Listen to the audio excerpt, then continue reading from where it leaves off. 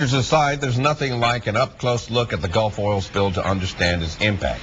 Several members of Congress have experienced that over the past few days. And WDSU reporter Heath Allen says that leaders hope that eyes-on experience will convince Congress to clear the swamp of any red tape. As those hearings are underway now in New Orleans, some congressmen are getting a first-hand look at how local officials, local folks, are fighting this oil spill. A lot of our local leaders have been doing that job. Unfortunately, they've been fighting the federal government to do it, and that's got to change. For the last few days, Congressman Steve Scalise has been taking other members of Congress to many of the fronts where they're battling the oil spill. Grand Isle last week, the Rigolets today. His message, cut through the you-know-what. And the oil's moving faster than the red tape, and the problem is you still don't have the sense of urgency that we need from the federal government.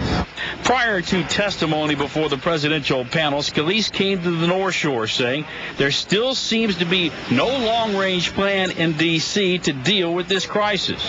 That we're in the middle of a disaster, and they've got to at least work with us and say this is a better way to do it, but ultimately we got to get this done and protect the marsh.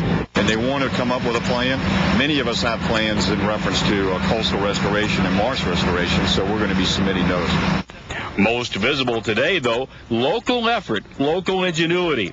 Here's about 1,000 feet of oil-absorbent panels developed locally, deployed this weekend. And this shallow draft oil skinner designed and built locally, guarding Chef Pass.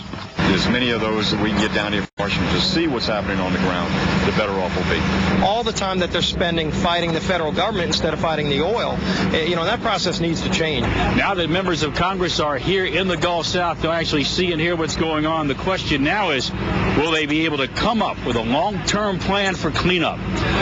On your side of the Rigolets, Heath Allen, WDSU News. And both Congressman Steve Scalise and St. Tammany Parish President Kevin Davis are expected to be among those testifying before the National Oil Spill Commission. Also making news tonight.